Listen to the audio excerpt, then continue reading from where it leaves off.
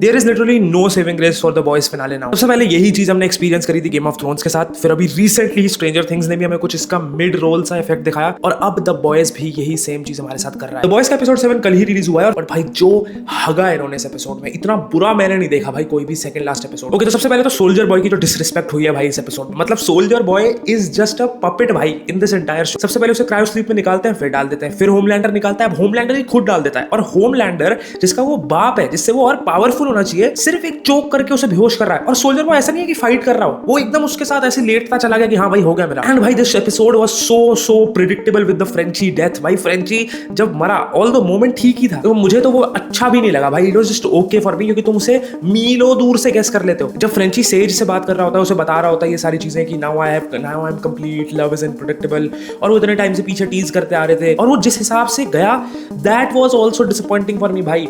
देखो जब होमलैंडर एक फ्लिक करते उसके सामने आ जाता, that was really good. Frenchie उसको दिखा रहा है ए ट्रेन की तरह कि भाई मैं तुझसे नहीं डरता, go fuck yourself and etcetera etcetera, वो मोमेंट भी ठीक था।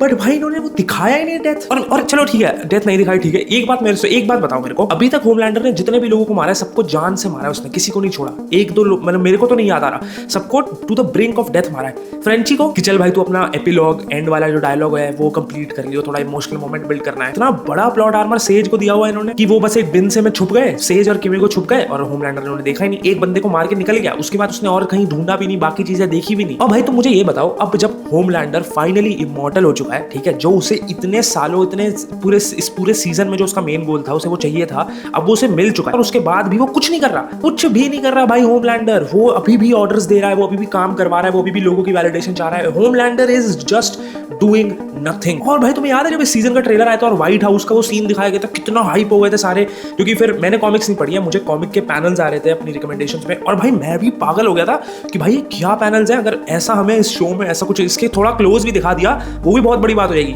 बट भाई क्या मतलब क्या था वो बस आराम से बैठा हुआ है व्हाइट हाउस में, everything is chill and done. President ने हाथ ऊपर कर लिया कि हाँ जी आप जो करना आप कर लो, because I know I am not gonna beat you. ये देखो किमिको को सोल्जर बॉय की पावर्स उन्हें दिलानी है, ठीक है। उन्होंने ये आइडिया आया, उस पर रिसर्च करी, उसके पॉइंट्स बनाए, उसे पावर दी, उस पर टेस्ट चालू करे, उसे पावर्स मिल भी गई। ये पूरी चीज 20-30 मिनट के अंदर हुई है।